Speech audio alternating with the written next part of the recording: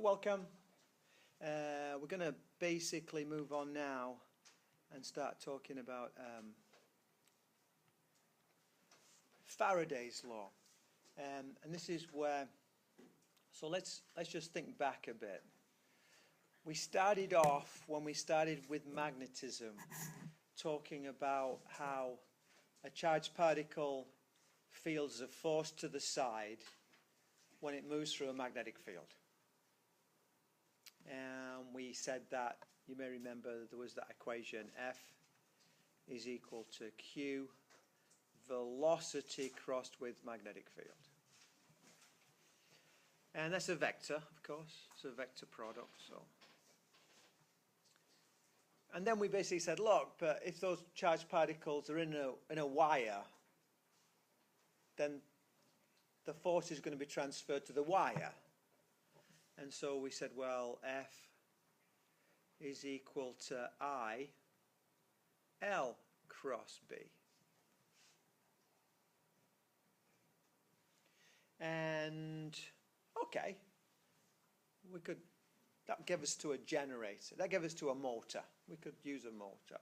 And we had this, the third one, which was torque is equal to, what was it? I A cross B. So again, we've got these three cross products, and you know, the torque is the turning effect. So you know, okay. So that was like one bit. And then we started saying, well, hold on, let's now reverse things. These were all charges or currents moving in a magnetic field. How do you make the magnetic field? Use a permanent magnet, whatever you like. Then we said, well, hold on, a current can be used to create a magnetic field. So we started doing Boyer-Savart, and we said now the magnetic field is equal to mu naught I over 4 pi times the integral of, what was it? Which way around was it? Which way around was it? ds crossed with r hat over r squared. And that was so good, very good. That was our Boyer-Savart's law. And it works for nice circles and stuff like that, you know? But we said, well, supposing we're not on a... And then we had this little equation, which was the force per unit length between two parallel wires was equal to I1, I2, mu naught, of course, to begin with, over, not r squared, but 2 pi a. Like a is a circumference almost. It's a separation, but it looks like there's a circumference we deal with. 2 pi r, 2 pi a. It seems like a circumference. A is the distance between the two wires. Okay, excuse me. And then we said, well, hold on. We can go, and if we look at a wire carrying a current, and we look at the magnetic field lines that are created, as we go further away from the wire, so B decreases, but the circumference of that circle that that point is on increases. This is this is a magnetic field line, I suppose. So we say, well, the integral of B dotted with ds is equal to mu naught times I. And that's Ampere's law. And we could play with that. So we've done this, you know, we started off by looking at the effect of a magnetic field on a moving charge. And then we said, well, here's the magnetic field created by moving charges. And we're going to kind of put it together. And we're going to find, again, it's not as simple as it might seem. I mean, these are not incredibly complicated, but it's not just one thing times another thing. There's dot products coming in, there's cross product coming in, all that kind of stuff. So we've got to think of it and be careful. So here's a moving coil galvanometer. We used one in the electric field lab, and it told us when a current was flowing. And it was very sensitive, that's why we call it a galvanometer. And by having a center zero, if the current flows one way, the needle points one way. If the current flows the other way, the needle points the other way. So when the current can flow either way, this is a nice meter to have. And we have it connected just to a loop of wire. And then we have a bar magnet. And if we look at this, this is what Ørsted, well, Ørsted did the one just slightly below it actually, but never mind. I guess this is what Faraday noticed.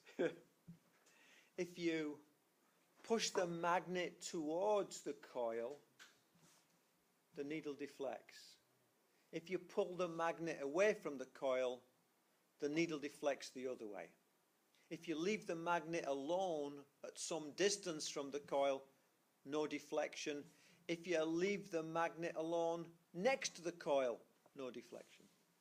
It's only when you're moving the magnet that you get the current flow. So the current flow is not about the strength of the magnet per se. It's not only about the strength of the magnet. You can have a strong magnet, but if it's not moving, no effect. It's about the motion of the magnet. And when it is moving, then yeah, a stronger magnet has a bigger effect for a given motion than a weaker magnet, you know. So it's a kind of complicated kind of relationship. If I get a deflection to the right when I'm pushing in, I'll get a deflection to the left when I'm pulling out. And that deflection is about current being induced to flow. And there's several ways I can look at it. One of the most fundamental ways is I imagine these arrows, these flux arrows, these magnetic field line arrows inside the coil. And as I move the magnet backwards and forwards, the number of arrows inside the coil gets bigger or smaller depending on how I move it. So I talk about changing the flux through the coil.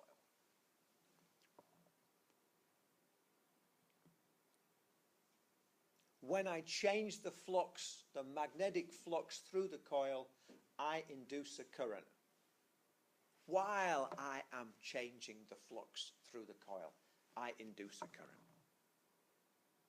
I get the current while my magnet is moving. It's a weird thing.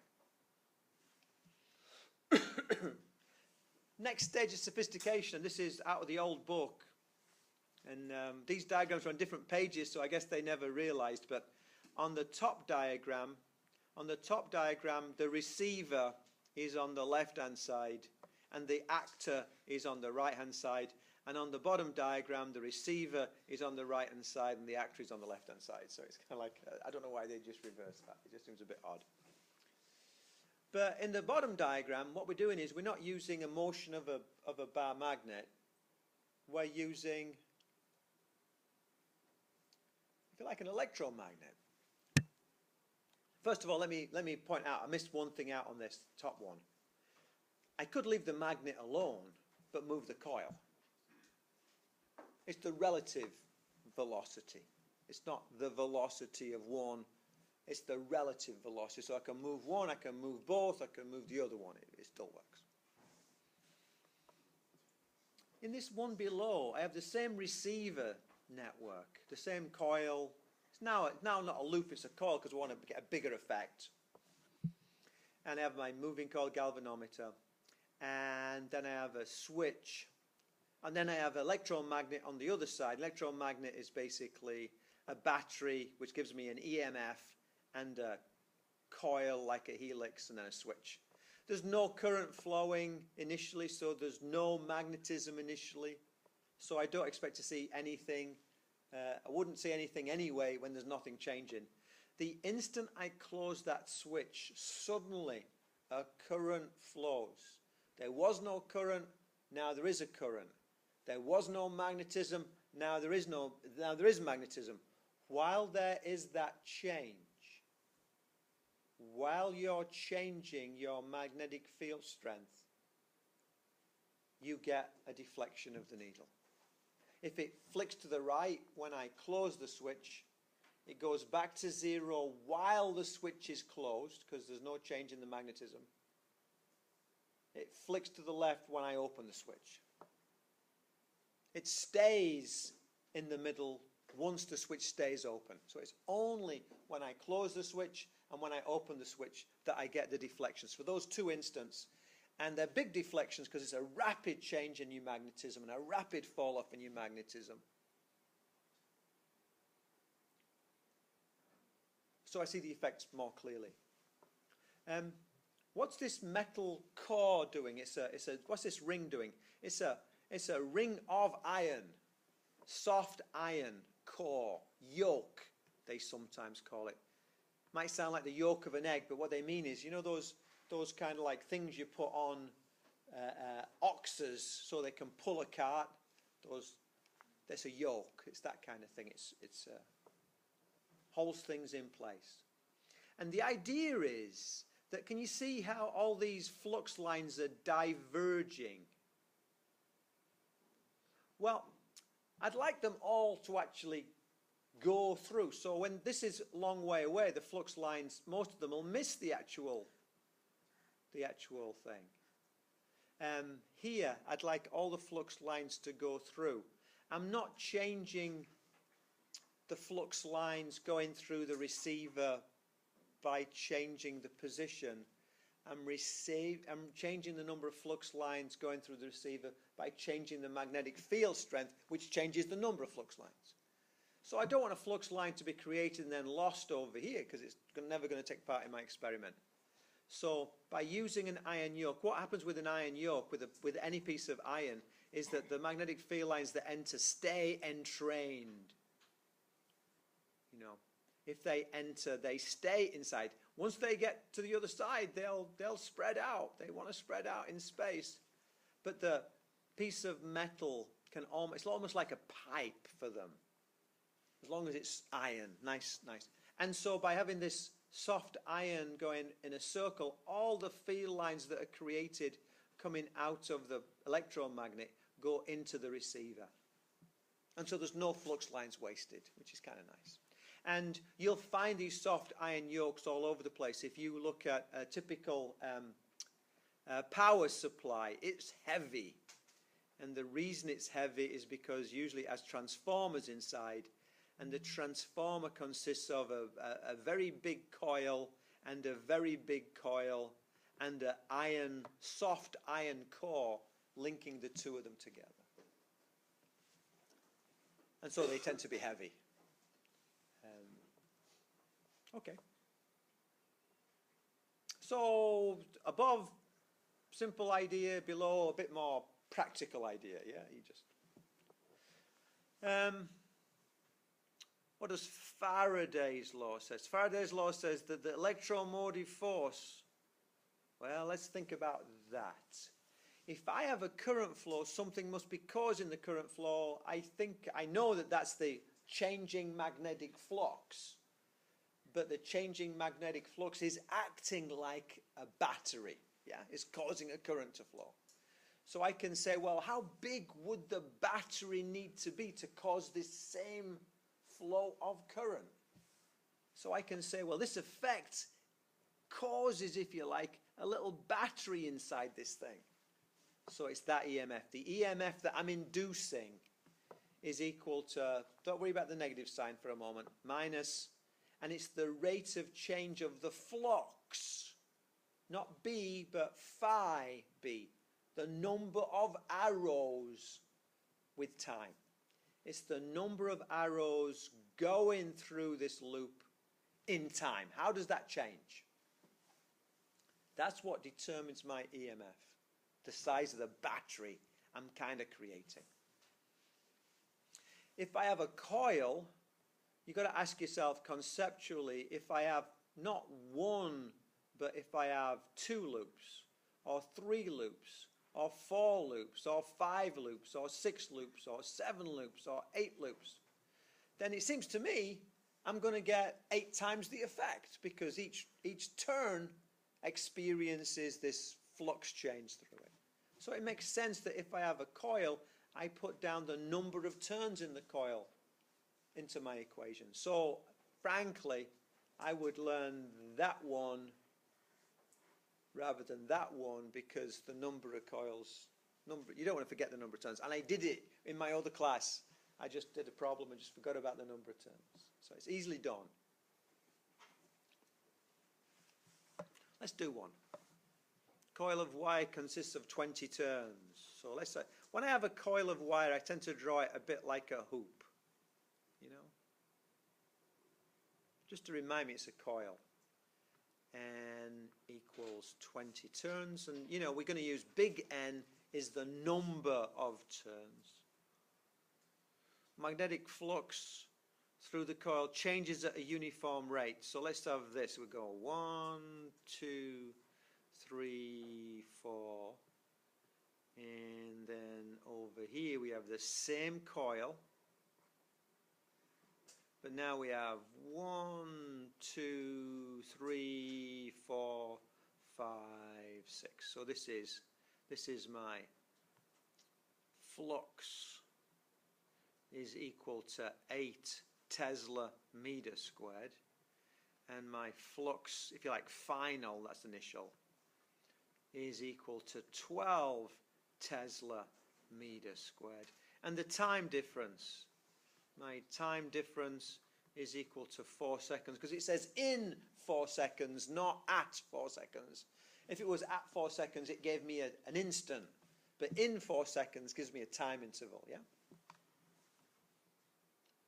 And it wouldn't make any sense to just tell you the at, you know. I've got to give you 2 ats because you need a time difference. Okay.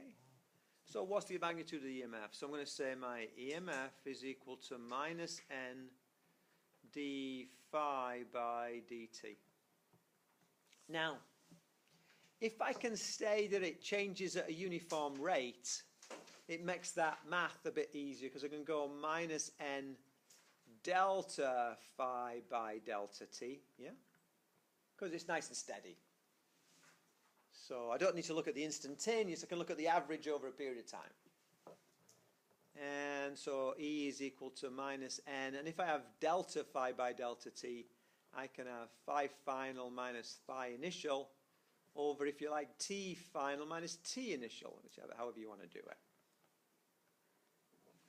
And this is it, basically. We go minus 20. And then I'm going to have the final is 12 minus the initial is 8 over my delta t. My delta t was 4. Which equals minus 20 times 4 over 4. Bad choice on my part for actual numbers to be working with. Which is minus 20 volts. It's a voltage, it's the EMF, just like a battery. So if I can move my magnet closer at a certain rate to get the flux changing from 8 Tesla per square meter to 12 Tesla per square meter over 4 seconds, it's as if the current flow around that loop is as if I had a 20 volt battery connected and no magnetism. That's basically what that's about. So it's kind of cool. It's a phenomenon. It's kind of like, we can't see the use of it. Well, I suppose there is some use to it, but it's, I mean, we used mechanical motion, perhaps, to create an EMF, which gives me a current, which is electrical energy. So I went from mechanical energy to electrical energy. This is the generator. It's the basis of a generator.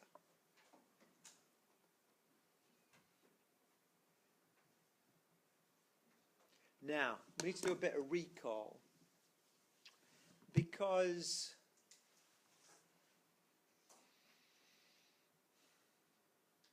flux is the number of field arrows. So the next question is, well, how do I create a flux? Well, you use a magnetic field, but it's not, the flux is not equal to magnetic field. We did before that the flux is equal to the integral of B dotted with dA. Remember that? It was the magnetic field going through a surface area, and because of the angular effect, you have to take into account the angle between, you know, the flux and the surface. Remember the card and the thing, and you've got to take that into account. And that was a dot product. Okay, so we can say the magnetic flux is equal to the integral of B dot dA. And if we want to write out the magnitude of it, we say, well, it's the magnitude of B times the magnitude of A times the cosine of the angle between them. Oh, okay. So my flux is dependent upon my magnetic field strength, my area, and any angle between those two. So I can change my flux in time by changing my magnetic field strength in time, making a stronger or a weaker magnet, bringing the magnet closer or further away. That's stronger or weaker. Changing the area, making the loop or the coil bigger or smaller. Or even just changing the angle between the area vector for the loop and the field vector for the magnetic field. That's just spinning the loop. If I just have a magnetic field and I just spin the loop at a certain rate, that's changing the flux through the loop. And that's going to cause EMF in that wire. That's the money maker. Changing B's, man, it's not easy, and changing A of the loop is even harder. But just spinning the thing, that's the easy thing to do. So although for us mathematically it looks the most complicated, it is in fact the most natural thing to do in mechanics. So I say, well, okay, my EMF is equal to minus d phi B by dt, and because phi B is equal to BA cosine theta, I say this is minus d BA cosine theta by dt. I'm not going to change all of them at once. I'm going to change one of them at once, I think, and you'll get one or other of these. This first question I got to change because I just repeated a flux question. So let me change it. I'm going to make this a magnetic field. So this is not magnetic flux. I'm going to change the magnetic field through the coil changes at a uniform rate from 2 to 9 Tesla in 14 seconds. I've got to give you a bit more information. The angle between the coil area vector and the mag field is 0 degrees.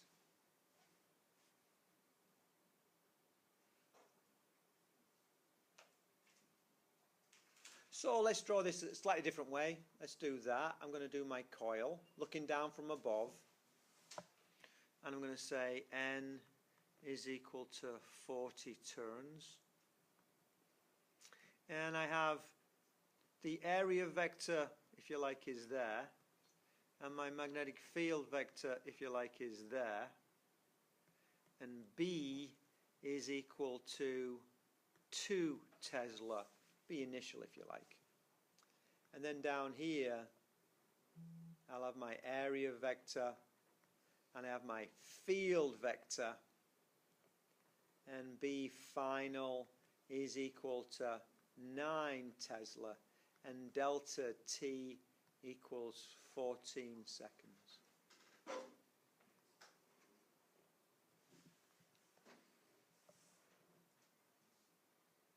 And so I say, well, my EMF is equal to minus N d phi by dt. And I remember that phi is equal to BA cosine the angle between. And so E is equal to minus N BA cosine the angle between. I'm sorry, it's minus ND by dt. Sorry, let's do that again. Let's get it neat.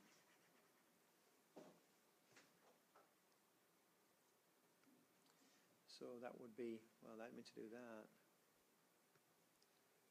So it's that So it's d by dt of that minus n d by dt of that. And if I take out everything that's constant, well, what I find is that n is constant, b is not, but a is constant and the cosine theta is constant because it doesn't change. dB by dt, which equals, what that would be, minus na cosine theta delta b by delta t. So E would equal minus na cosine theta b final minus b initial over delta t, which equals minus 40. The area, do I give you the area? No. Let A equal 3 square meters. 3 cosine 0 9 minus 2 over 14. So that is equal to minus 120 times 7 over 14. Very nice. Minus, it's going to be 60, I think, volts.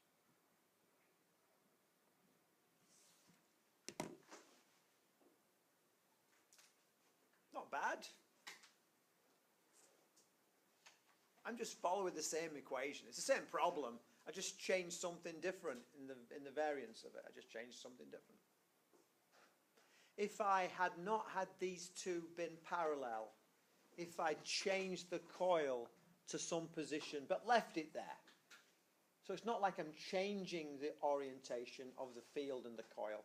Supposing rather than having the coil like this and the field like that, supposing I had it like that, like, 45 degrees, I'd have simply put down cosine 45. If the angle between the A and the B had been 60, it would have been angle, cosine 60. If it had been 5, it would have been cosine 5. Cool? So not bad. Coil of wire consists of 10 turns, so let's look down from above.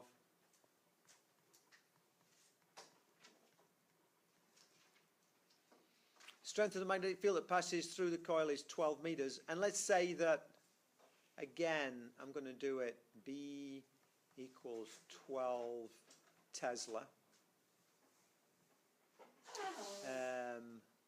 B is parallel to A. Let's just say that, so that those guys, I know it's at 90 degrees. I know the plane of the coil is at 90 degrees to the magnetic field. Remember, we don't like to talk about the plane of the coil. We like to talk about the normal to the plane of the coil, this area vector, because it makes life so much easier. Yeah? And then the coil has an area that changes. Oh, so now I have one thing like this where somehow, I don't know how I'm doing it, but somehow N is equal to 10 turns. So I can say this area vector A is equal to, let's have a look, it's 3 meters squared. Let's call that A initial. And I have 12 Tesla. And then I have A final. And it says it goes from 3 to 7 meters squared. And delta T is equal to 5 seconds. I got to tell you, having gone through another round of exams, I've done 3 out of the 4 classes now that I teach. I got to tell you that I can't do this problem without that diagram. I don't see how, some people can. I see them and they've only got equation down, sometimes only numbers down. They get the right answer, so they're doing it. But man, I think they're working very hard to do that, and I think that all my questions are not kind of like, you know, tricky enough, because there's so much going on in this, and the diagram just lays it all out to me. The angle's not changing. The magnetic field is constant. The area's changed. And it's not that I go home and practice doing my diagrams every night, but I've done my diagrams for a long time. And so now it's like I'm practiced in it. And if you haven't done diagrams, I can understand that you're a bit reluctant to kind of, you're not very satisfied with your outcome when you first begin. But I hope you believe me that you will be so much more powerful if you develop that skill. I can throw curves at you, and if you've got a decent diagram, you will catch it. Whereas if it's just the equation, you might not catch it. So I would just double encourage you to, even if you're not happy with the outcome at the beginning, and even if at the beginning you find it a bit of a distraction, so you don't want to do that on the next test because it's going to distract you. You know, if you practice doing the diagrams when you do the homework, then there'll come a point when on the test you're going to want to do the diagram. So it's not. So we're back and we did this one, and it's the same old, same old. The only difference is that the problem that people run into is that they have a tendency sometimes to say cosine the final angle minus the initial angle. And it's not. It's the cosine of the final angle minus the cosine of the initial angle. You can't just take away your angles and cosine that, because, you know, it's a different size. It's not so. And then sometimes you'll get a negative value for that difference between the two cosines, and with a negative in front, as in this case, you get a positive answer for your voltage. And that's basically telling you which way the current's going to flow around the loop. And the other thing I noticed on this is, if I ask this kind of question, is people will sometimes, they'll just, it tests them on their calculator skills. You know, are they using parentheses? Are they being careful? Or are they just letting the calculator kind of like do the divisions or multiplications as it sees fit? So you've got to watch out for that. And for me, if somebody kind of like writes down 3 on one line and then just writes down 4 on the next for some reason, I'm not so worried about it. If they forget a square or a cube, I'm more worried about it, because it's like, you know, it's more important, I think. It's from the equation. But if they have a calculator problem where I can just easily reproduce what they did because I just, you know, put it in without thinking about it, then that's in a way, that's the worst, because it's like it sometimes shows just calculator skills that need to be corrected. So I'm going to ask you probably one of those. I won't change 2 things at once. I suppose I could, it's no big deal. But I won't change 2 things at once. It'll be like, you know, one or the other. So make sure you know those equations. This next bit is kind of interesting. It's called motional EMF. Not emotional, but motional EMF. And it might not seem obvious, but if you are in an aeroplane, most aeroplanes are kind of made out of aluminum. In an aeroplane, you're flying across the surface of the Earth. The surface of the Earth has a magnetic field cutting through it. You actually will start building up a potential difference between the tips of the wings, depending upon which direction you're flowing in and all that kind of stuff. And what it is that there are free carriers in your metal, free charge carriers, and they've got a velocity. And we said F is equal to QV cross B. So depending on my direction of my V and the direction of my B, I can get a magnetic force pushing these things out. It won't happen forever, because what's going to happen is, as I separate my charges, so the positives are on one end and the negatives are on the other, there's an electric field building up. And at some point, the magnetic force is balanced by the electric force. and I get an equilibrium for that condition. If I change my speed, I change everything. If I change my direction, I change everything. But, you know, the fact of the matter is I can create a potential difference. I can use that potential difference to power things. I could in principle. Problem is, magnetic field is so weak on Earth, and the aeroplanes go relatively slowly, 500 miles an hour, not that fast. And they're not that big. But there are some vehicles that go much faster.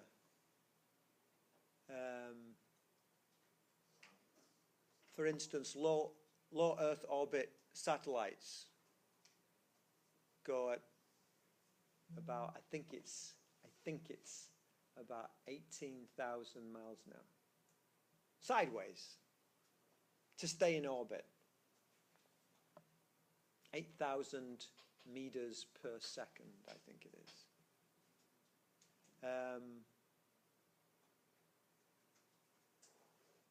And there was an experiment, actually, where they, at the space shuttle, when we used to have a space shuttle, and what they did was,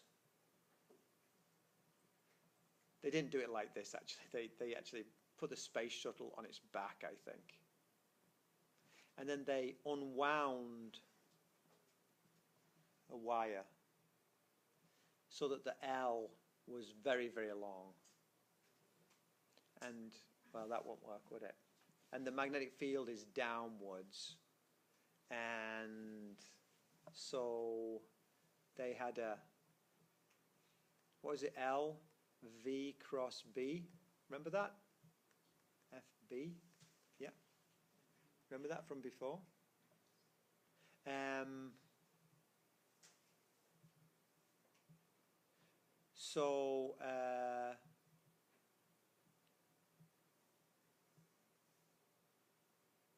Is that right? Did I? Just bear with me. I'm having a mind. I'm having a mind little. Oh, I didn't do it. Yeah, I did it. There we go. What did we have? We had I, L cross B, Bonaquist. A little alarm bell went off, but yeah, shame on me. FB equals I, L cross B. But that's also not what I want.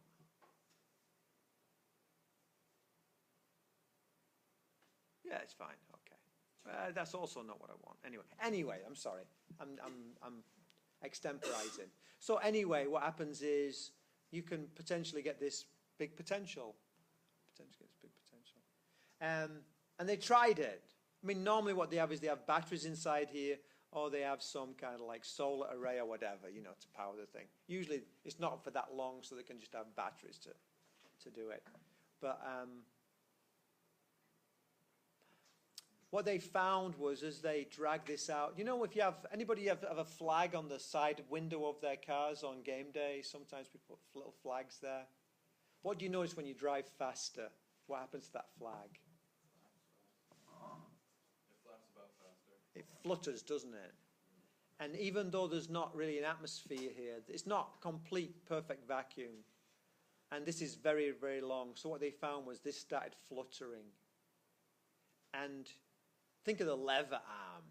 It's not rigid, but it's still got some stiffness to it. So there's a huge lever arm, and this thing started to cause the space shuttle to rock. They tried to do 5 miles of wire. You know, it was a bit ambitious. And they wound it out for a certain distance, and they said, enough, and they wound it back in again, and called it a day. So it's not particularly practical, but it gets us somewhere. It's the principle we want. So we're going to have this piece of metal, and we're going to have it in a very strong magnetic field, if you like.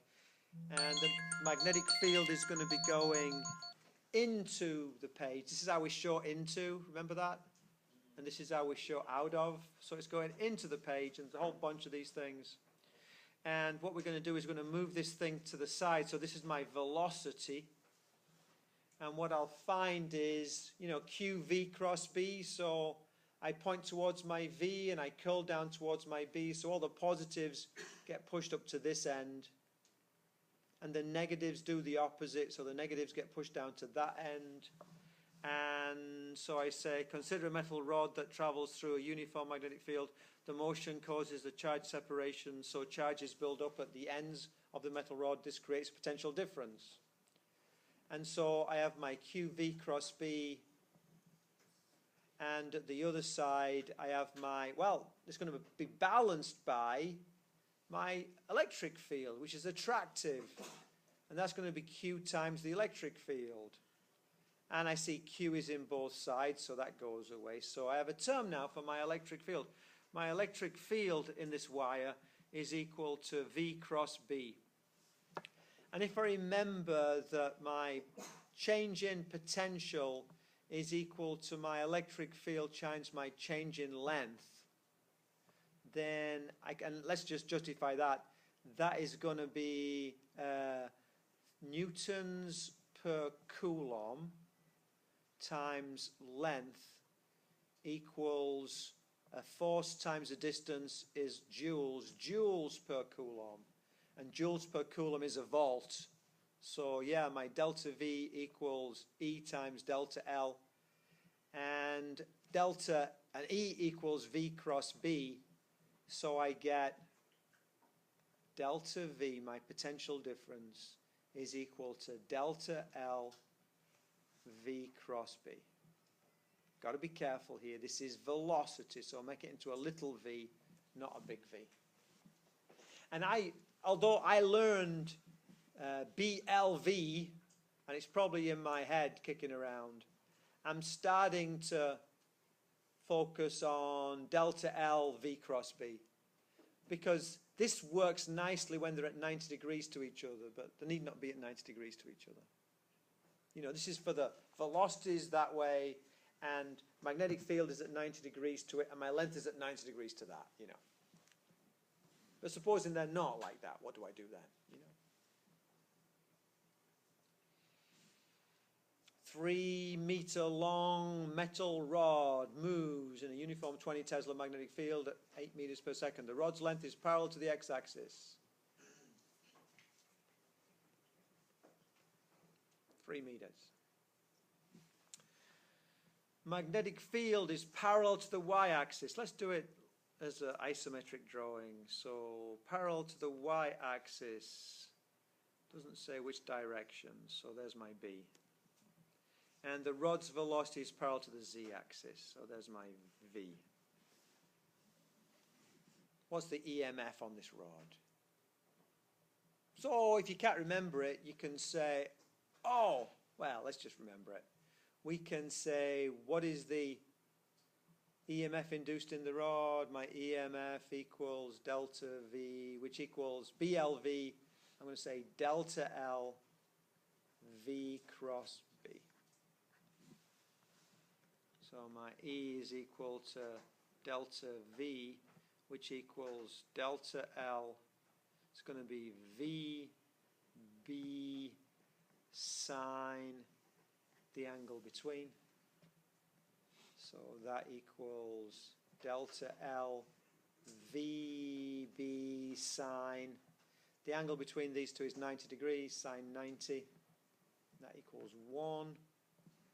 So E is equal to 3, and that's 8, and that's B is 20, and that's 1. So that's going to be 3 8s are 24, 240, 480 volts.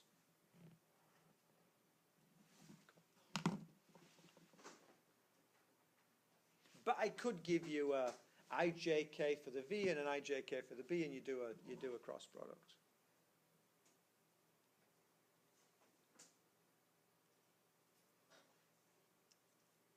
Cool. Yeah. Most of the time, and I think pretty much it'll be at 90 degrees, because we don't practice the other. How are we doing for time? 44. I'm going to do just a little bit.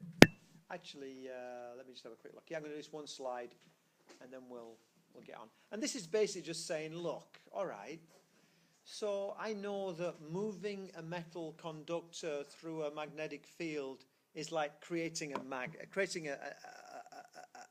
battery, yeah? So I could connect that metal rod to a circuit and I could power the circuit. So here's the situation. You have a sliding rod on rails and you can move that sliding rod one way or the other way. And what kind of current would you get flowing down it? And frankly, we just did all this bit before. We did all this bit in the previous bit. We said, let's have a look. We said that our delta V is equal, well, I said delta V, E is equal to delta V, which equals delta L V cross B. And if they're at 90 degrees, that's going to be, you know, BLV. Yeah, I can say that. Let's get to that another way. We say, well, consider the circuit. The area of the magnetic field enclosed by the loop can change.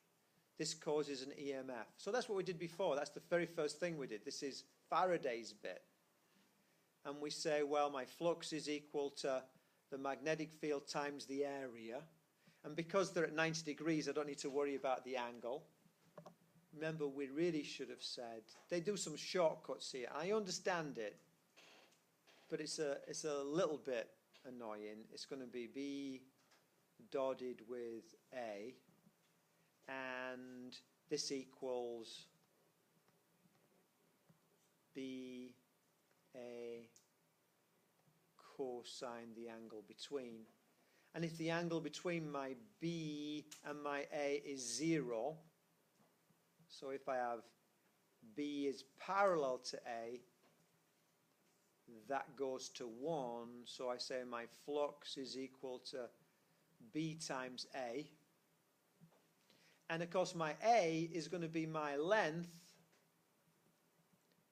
times my X, so I get BLX, yeah?